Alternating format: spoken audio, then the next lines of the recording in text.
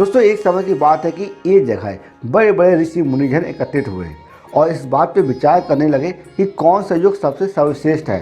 तो किसी ने द्वापर युग कहा, किसी ने त्रेता युग कहा और किसी ने सतयुग कहा। हाय गाइस, मैं हूँ शिव और ये बहुत ही अद्भुत प्रसंग हम सबके लिए। जब एक राय नहीं हुई तो तब तय हुआ कि जिस काल में कम प्रयास से ज़्यादा पुण्य कमाए जा सकें और साधारण मनुष्य की सुविधा अनुसार धर्म कर्म करके पुण्य कमा सकें, उसे ही श्रेष्ठ माना जाए।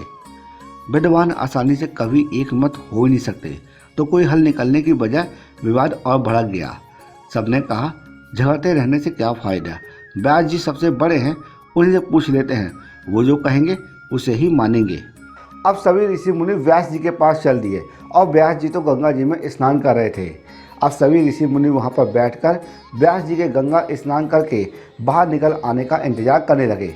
व्यास जी ने भी सभी ऋषि मुनि को तट पर एक साथ देखा तो एक गहरी डुबकी लगाई और जब बाहर निकले तो उन्होंने एक मंत्र बोला।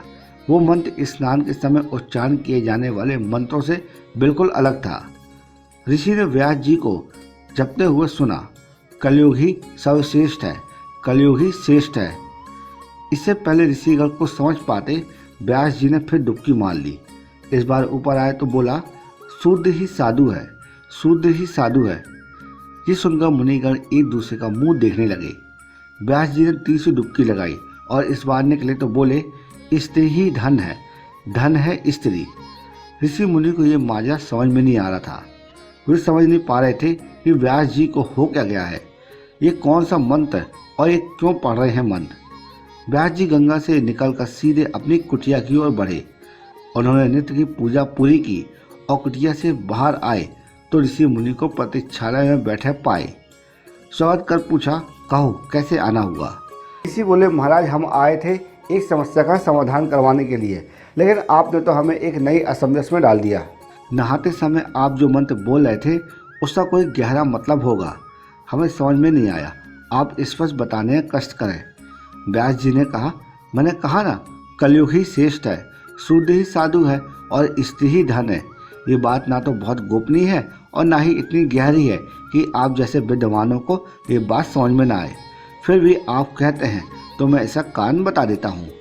जो फल सतयुग में 10 वर्ष के तप और जप और पूजा पाठ और ब्रह्मचर्य का पालन करने से मिलता था, वही फल त्रेता में मात्र 1 वर्ष में और द्वापर में 1 महीने में, जबकि कलयुग में केवल 1 दिन में ही मिल जाता है। सतयुग में जिस फल के लिए ध्यान और त्रेता में यज्ञ और द्वापर में देवी देवताओं के निर्मित हवन पूजन करना पड़ता था, कलयुग में उसके लिए केवल श्री कृष्ण का नाम जाप ही पर्याप्त है। कम समय, कम प्रयास और सबसे अधिक पुण्य लाभ चलते मैंने कलयुग को सबसे सर्वश्रेष्ठ बताया। ब्राह्मणों को जनेऊ कराने के बाद कितने अनुशासन और विधि विधान का पालन करना पड़ता है, जब उसके बाद जाके पुण्य प्राप्त होते हैं, जबकि शूद्र केवल निष्ठा और सेवा दायित्व निभाकर वह पुण्य लाभ अर्जित कर सकते हैं।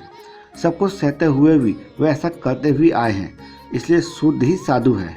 स्त्रियों का न सिर्फ उनका योगदान महान है, बल्कि वो बड़ी आसानी से पुण्य लाभ कमा लेती हैं। मन वचन कर्म से परिवार की समर्पित सेवा ही उनको महान पुण्य दिलाने को पर्याप्त है।